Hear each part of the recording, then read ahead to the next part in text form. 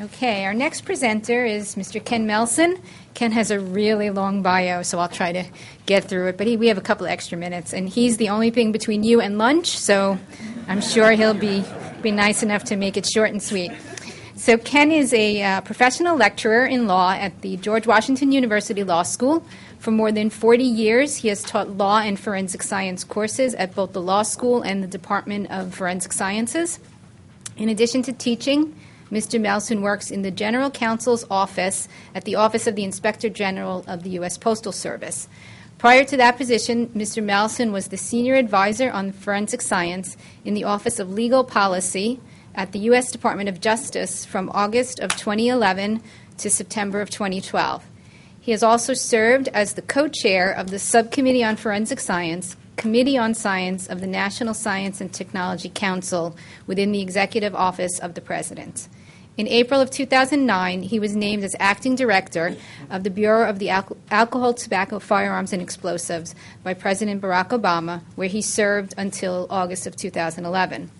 Prior to his service at the ATF, Mr. Melson was appointed by the Attorney General as the Director of the Executive Office of U.S. Attorneys, where his responsibilities included administrative oversight of the 94 U.S. Attorneys' offices and being a liaison among the U.S. Attorneys and other federal agencies and the Department of Justice components. After serving as a prosecutor in Arlington County, Virginia, for almost 10 years, Mr. Melson joined the U.S. Attorney's Office for the Eastern District of Virginia in 1983, becoming the first assistant U.S. Attorney in 1986, a post he has held to his departure in 2007. Mr. Melson is a graduate of the National Law Center at the George Washington University. He's a past president of the American Academy of Forensic Sciences, as well as a distinguished fellow. Mr. Melson is also a past chair of the Council of Scientific Society Presidents, and for more than 15 years, Mr. Melson represented the Department of Justice as a member of the American Society of Crime Laboratory Directors Laboratory Accreditation Board. He currently serves on the editorial board of the Journal of Forensic Sciences and on the ethics committee of the AAFS. And he has published in the scientific literature, both in text and legal journals. So with that, I will turn the mic over to Mr. Melson, and he has about 30 minutes, 40 minutes 30 minutes, and I'll save 29 for questions. Thank you, and after all that, I flunked the statistics test. It really makes me feel well. Thanks, Melissa, for setting me up before coming up here. I want to thank NIST and DOJ and the other supporting associations for inviting me here. It's a real privilege to talk here. I want to, as a disclaimer, tell you that NIJ has not funded this presentation. Thanks a lot, Jerry. Appreciate it. I'll remember that. And I also noticed that I was on the tail end of this morning's presentation, which confirms my hypothesis that an attorney is the last person you want to hear from. But unfortunately, I have to let you know that you're going to have to work with attorneys and judges in trying to get the quantitative analyses admitted into court. One of the things that we have to remember is that, there it is again. There's Peter's eyeball. It's Peeping Tom, or should we call it a Peeping Peter? But whatever it is, it's to remind you that we're not only looking forward to where we're going in question document examination, but others are watching you as well. And it's primarily the courts and the lawyers, because they want to know what you're doing so they know how to go forward in their legal decisions.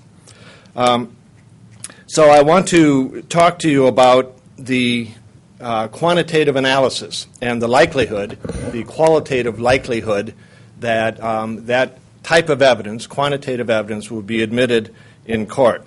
Now, we all remember the NAS report, and you've heard too often already here that they concluded that there was a lot of subjectivity in various disciplines, and there was a lot of weak scientific bases in a lot of disciplines. And with respect to question document examination, as you heard earlier yesterday, the committee agreed that there may be some value with respect to question document examination. Now, that's not a very high praise, and probably if it's only worth some value, it probably would not pass Rule 403, which says that the probative value has to outweigh the prejudicial value. But the part that I took real objection to in the National Academy of Sciences report was Chapter 5, which talked about these, because I think they had under-researched the issues and overvalued their conclusions. Because you'll also remember now, Ted Burks in his introduction yesterday said that the research is proving what you've all been saying for years, and that's important. And as we look at the cases recently, you will see that since 1993, when Daubert came out, and question document examination kind of took a dive where they weren't allowing experts to express an opinion, I think you're back up on top. And we see that in cases like the case from the D.C. Court of Appeals. And that was a case in which Kirsten Jackson testified in, I believe, the Mornon case, in which it was a Fry hearing. And they were very, very complimentary of handwriting, and it was admitted. The same thing in Pettis U.S., which is another case. And those cases show that question document examination is being admitted regularly. I'd also like to point out the courage that Jane Lewis had. Where are you, Jane? There, you're right in front of me. She challenged the vice president of the American Academy of Forensic Sciences, who's a member of the jurisprudence section and a prominent defense attorney, about a comment she made disparaging, or perhaps you could interpret it as disparaging, question document examination. And as a result of that, they wrote a second letter in the jurisprudence section part of the Academy News in September, I believe, of last year, where she said this, along with the chair of the jurisprudence section. Question documents is a forensic scientific field of tremendous importance and value to the justice system. We do not support the view that handwriting comparison examination is a statistically unproven or invalid technique. So as I say, I think you've come a long way since the NAS report. So I want to talk a little bit about the interpretive conclusions. Many of the courts say you have to have more than just presenting the evidence, because that evidence wouldn't be meaningful to the jury in most cases if you just say these are the characteristics that I compared and they're similar or they match or whatever terms you use. You have to use some qualitative or quantitative expression in order to make your evidence meaningful to the court. Even though in question document examination, the courts for a while were saying you can't give an opinion. Actually, that was good in many cases, particularly if lay people have more confidence in their own analysis of handwriting. And I've had cases like that where they couldn't express an opinion, and the jury thought there was an absolute match, without question. It was perfect. It was beautiful. So why do we go any further? Because the law is going to make us go further, I think. So the other thing the NAS report said was that DNA is the gold standard. And so everybody now is expecting statistics from their field of discipline. And that's hard in some cases, easier than others, but right now, about the only forensic discipline that's giving good statistics is DNA. So there has to be, to continue to go on this path forward, as the NAS said, in order to create a better foundation for our opinions, have to go towards some sort of statistical analysis and in a quantitative manner instead of a qualitative manner.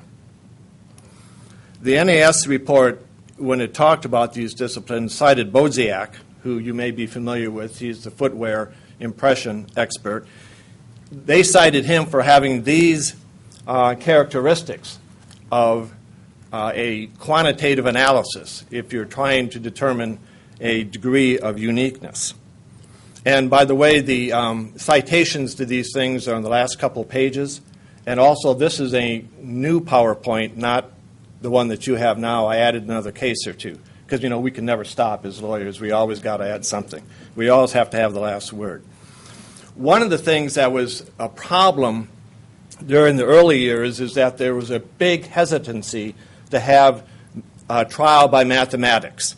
And that was because they were afraid that the overwhelming odds that were being presented to the jury would sway them too much, that they would be prejudiced by that, and that there was no real foundation for the statistics to begin with.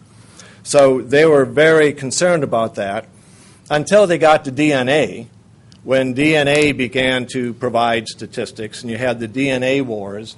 And then the court started out saying, well, we can't have DNA without the statistics.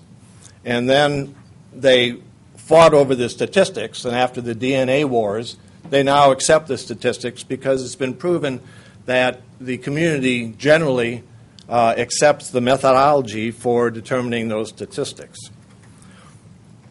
Question document examination has used statistics in the past. And here are just a couple examples, probably examples of what we all want to stay away from in any statistical analysis in any discipline. Excuse me. So, for instance, going way back to the Dreyfus affair, they had a handwriting in that famous letter there. And although I didn't know what the odds were or couldn't find it, it was described as being an amazing frequency in which the letters appeared in a string of letters that you see up here on the screen. And who was that expert? Someone you probably recognize. You recognize him? Bertillon. Exactly, Peter. And you know his history and impact on the forensic science community. But he was part of the travesty of the Dreyfus affair. Then there are other cases like the famous Howland-Will case, where there was also a very high statistical correlation between the known and the unknown. In fact, it was, and I'm not even sure how big this number is, 1 to 2,666 million of millions of times. All right? And that was never contested in court. All right? They just accepted it. Then you had the People v. Risley case, which was an interesting case. It was typewriting and not handwriting. But they determined the probability of the certain characteristics in the typewriting between the questioned and the several known typewriters that they got from the office of the defendant. And that was 1 in 4,000 million, which was, again, a pretty good statistical basis, even though the testimony was not based on any observed data, and the witness was not an expert in comparing typewriting. He was a professor. Well, there's nothing wrong with professors, but in this case, he was a professor of mathematics, and the whole testimony the court concluded was hypothetical and speculative. So, let's get to some more recent cases, far removed from Dreyfus. So what do a black man with a beard and a mustache have to do with a blonde white woman and a 1968 Lincoln? Pardon? Collins. Okay, so you know Collins, all right? And in that case, as you recall, they were having a very difficult time identifying the two defendants, who were a black man with a beard at the time and a mustache, and a white woman with blonde hair and a partly yellow Lincoln. So they created these characteristics right here, and along with that, determined the individual frequencies of each characteristic occurring, and then multiplied it together and came up with 1 chance in 12 million that those two people would not be the individuals in the courtroom. All right, now, it probably would be 1 in 120 millions if the man had a beard like Peter's, because his alone, the frequency is 1 in a million. So we go from there and look at some of the lessons from Collins. And this really is a watershed case. It's quoted a lot of times, but it has some very basic lessons in it that you all have kind of identified already, and that is that there's got to be an adequate foundation for the stats to begin with. In this case, the record was pretty much devoid of any of that. The sample has to be determinable. They didn't have a determinable sample in that city or that county or that state from which to draw from.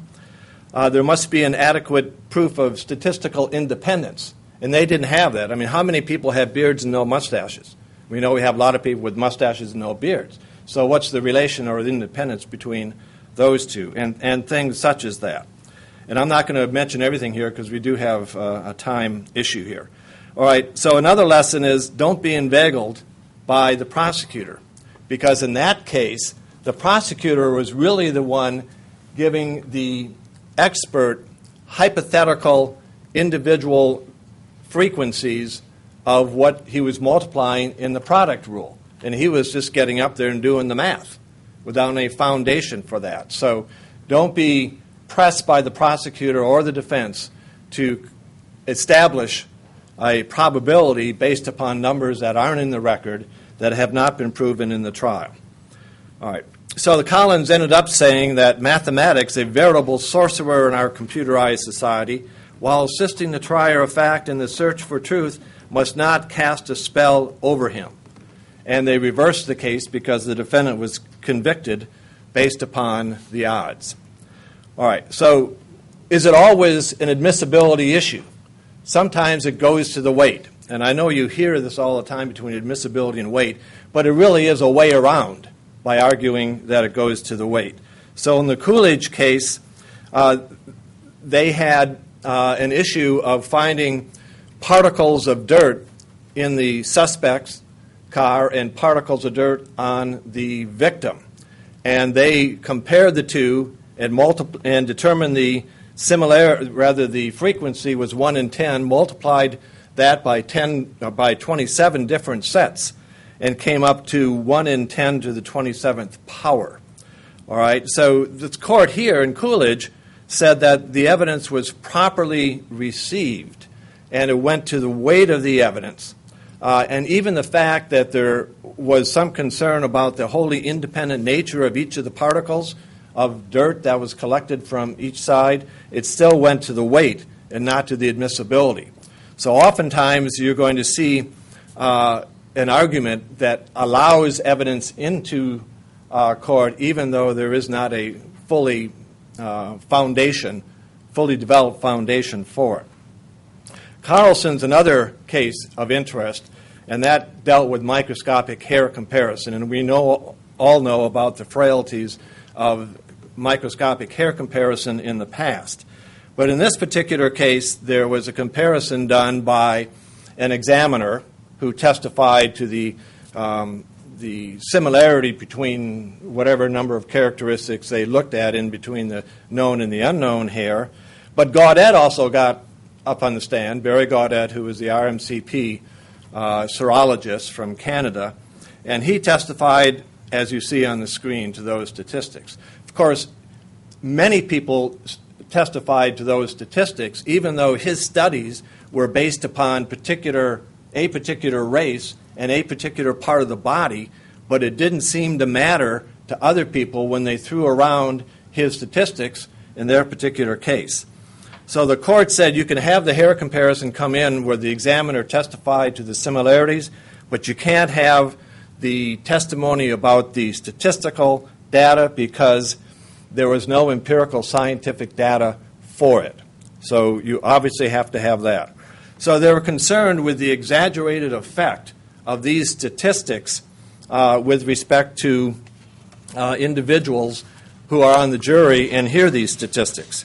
And I wanted to also refer to one other case that was not in the original presentation, but I want to make sure that you are aware of it, and that's the State versus Garrison case. And it's now on the end of the presentation. It's 585 Pacific 2nd, 563.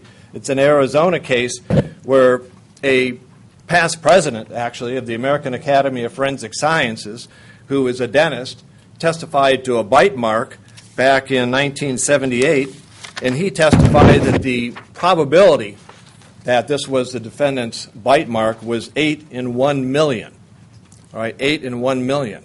So the dissenting judge in that case, because the majority said that was okay to say, because he relied upon the Journal of Forensic Science and 2 other books, the dissent said absolutely no way, and went back and actually looked at those journal articles and looked at those books and found that only one book referred to statistics at all, and that referred to 8 in 100,000, not an 8 in 1 million.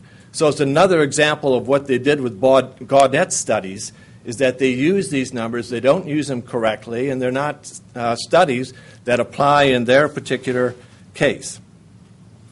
So the concern is that you use these stats without the proper foundation, the jury takes too much importance or stakes too much importance in those. There's also the prosecutor's fallacy. So when you testify to a quantitative analysis, you've got to make sure you don't do the prosecution fallacy or the defense fallacy. In other words, you don't testify that this statistic means that the defendant did it, he's guilty because it's 1 in a billion, nor does it mean it's his DNA because it's 1 in a billion. You give the statistics and the jury decides the meaning of that. So here's an example of where the appellate court found no error in the use of the prosecutor's fallacy because the expert testified properly, and that was simply to the statistical basis and the probability. Rule 403 is the rule that I mentioned before about the prejudicial value over the probative value, and that's why you have to have a strong foundational base. And one thing I think the courts will look at with respect to forensic document examination in each case when they look at the quantitative analysis is how strong is the underlying handwriting science to begin with. What is your foundational science? If your underlying science isn't all that reliable in the eye of the court, they're not going to be so impressed with your statistical analysis. So you're always going to have to take both of those hand in hand and show your scientific basis, then show the basis for the statistics. So I mentioned that was about the DNA. Laboratory error. There are some arguments by some defense attorneys that you ought to put in laboratory error as part of your probability statistics. And this has been used in a couple cases. The courts so far have rejected it pretty overwhelmingly, that there are two different things. They are two different things and shouldn't be commingled. In fact, the NRC said the same thing back in their first report on DNA back in 1992, that you don't put both of these, the error rate and the probability rate, together. All right, the admissibility issues are Fry and Daubert, of course, and I'm not going to go through each of these. Let me say with respect to Fry that, as I said earlier, and I think I cited the wrong case that Kirsten was in, but the D.C. Case was a very strong Fry case. It was the D.C. public defender is a very robust, aggressive public defender's office, and they've been going after questioned documents, fingerprints, firearms identification. And this court came out very strongly in the Fry case. And one of the things it said was that Denbaugh and all his professorial friends are not part of the relevant scientific community for purposes of determining general acceptance. All right. Now, when you get your quantitative analysis game together and go to court, you're going to have to go through an admissibility test like you do for the admission of your handwriting testimony, basically, as well. So when you look at Daubert, you have to look at all those considerations with respect to trying to get your testimony, your conclusions into evidence. One of the things you talk about is peer review, and make sure, and I know you do this, that you have these articles and projects peer-reviewed articles. Because I saw in a number of cases where the court's actually saying that these stats or these numbers or this, the basis of this particular element of the science is peer-reviewed and in the Journal of Forensic Science. So it's a good journal, and the other journals are as well. But they're beginning to recognize now that these scientific peer-reviewed journals, apart from how they're criticized by some of the critics of forensic science, are journals in which there is adequate and valuable peer review. In addition to Daubert, remember you have the Federal Rule of Evidence 702, that it must be based upon sufficient facts or data. I mean, this is pretty obvious. It was written after Daubert, so it incorporates some of that. So here are your admissibility challenges. for quantitative assessment. And we've talked about some of this, the foundational availability of validity of handwriting. You've got to understand that you have to present that. A determinable and scientifically defensible source population. Now, I put down their population substructure only because that was a big issue in DNA, but also it may be an issue here with respect to maybe the ethnic background of the individual, where he came from, maybe race, maybe whether it's a foreign language. So you may have a substructure issue as well with respect to handwriting. And source selection. They're going to contest how you are selecting your particular characteristics that you look at and measure. The independence we've talked about, the validity of the frequency determinations, and the capability of computerized handwriting recognition and identification. And I say see the end note because there I cite a couple cases where Dr. Sharari's experiments have been considered and considered well by the courts, along with FISH and the U.S. Secret Service databases, your database. The court had looked at that for purposes of validating the basis of handwriting. So they're already a step there. And if they're looking at that to show that the measurement in the computerized process is probably 98% accurate, they're going to be adopting that and relying on that as well when you're doing the statistical bases for it all. The maintenance of standards is very important. It's like anything else you do in the lab. You ought to have a protocol and standards that you follow and do it in every case. And if you're accredited, you will be doing that in any event. There was an issue in a number of these cases trying to keep the experts' testimony about the statistical basis out of evidence based upon the fact that they didn't have any idea how the statistics were calculated. So these are a couple cases in DNA cases where the person said, I don't know, I take the numbers and I stick it in the computer, it spits out the stats, and here it is. Well, that wasn't real impressive to the court. And those people have a hard time getting the court to allow them to testify to the statistical basis of it.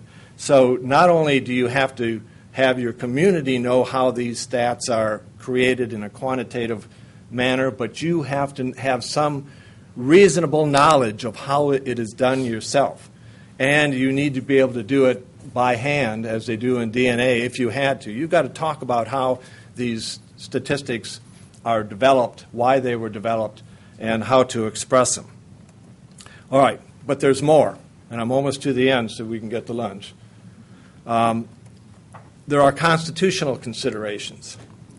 And this issue is a recent issue because of the various cases that have come down with respect to the admissibility, particularly of lab reports. Bullcoming, Williams, the Crawford case, early Crawford case, all talking about the Sixth Amendment right of the defendant to cross-examine testimonial evidence.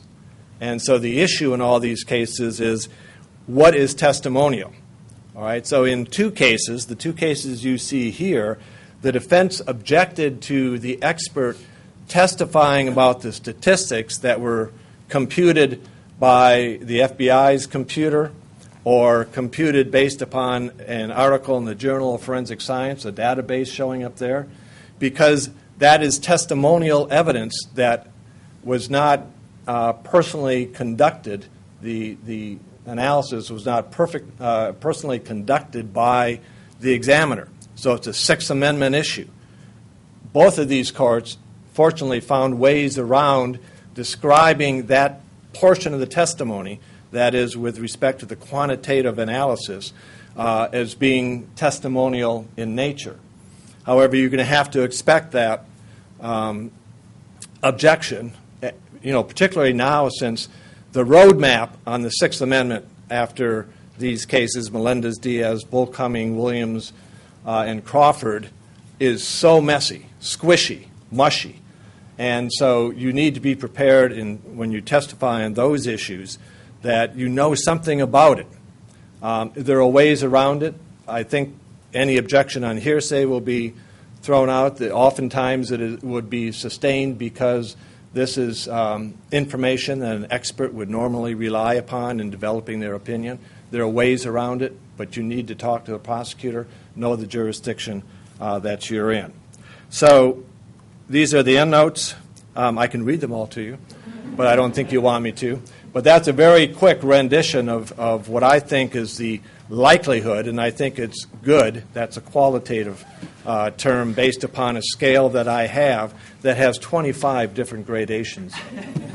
So I think it's good if you work as assiduously as you are now that you will be able to get that evidence in the future. Thank you very much.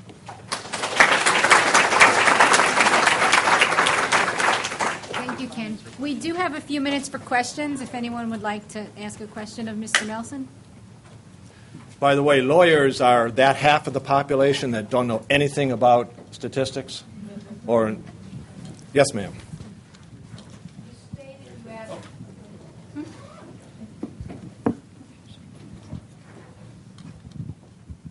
You stated you added a new case, and I think you said State versus Garrison, and you Yes. gave a 535 or 585. I didn't get that number, and I'd like the reference, please. Okay. Can you post the new one? Ken, we'll go ahead and get our public affairs to post the new version of the talk on the on the conference website. It's up there. To take care of that. And if you look at the cases on the constitutional issue, you'll find the sites if you want to read Crawford, Bullcoming. They're just too long to put in there. Mr. Melson. Yes, ma'am. Now, with the NAS report, it really bothers me that a document examiner was not part of that panel to make a presentation and present our literature. What were they thinking? Well, I don't know what their thinking was at that particular point. There are several objections I had to Chapter 5. One was that they didn't have experts in every field testify about the disciplines that they were commenting on. Number two, the PowerPoints that were used and the presentations were very superficial in most regards because they only had a finite amount of time for their public hearings. The third thing was that I asked Anne Marie Mazda, who was the principal investigator or coordinator for that, to divulge what personal investigation and research the individuals of the committee did, because if you read the report, it says after hearing these, they did their own research and this is what they came up with. I thought that since this was publicly funded, we ought to know what that research was that they looked at, for instance, in handwriting, because it wasn't in the public record. The only thing they were willing to put on the public record were the public presentations. The behind-the-scenes research that they relied on, I don't know what it is. It would have been nice to know, because then we could evaluate some of that. On that same issue, I was going to address it. I served on the National Academy Committee, and it was a large committee, about 30-plus people. And, of course, I had some background in question documents. But it was hard for me to get them to put a question document examiner to testify in front of the committee.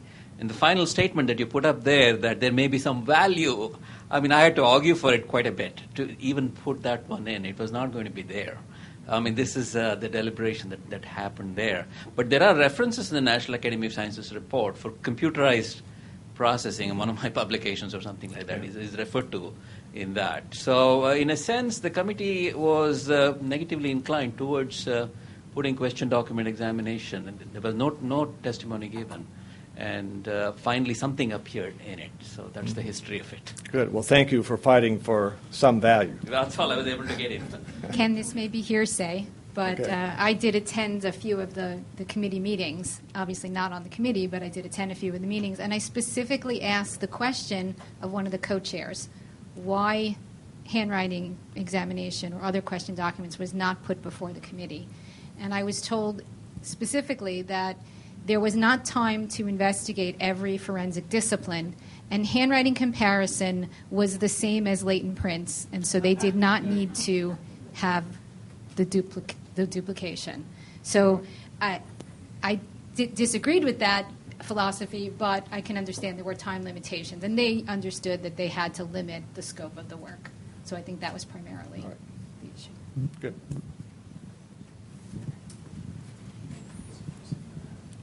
Then why did they comment on question documents if they did not do the research and did not hear from any I was gonna ask you document that, but- examiners?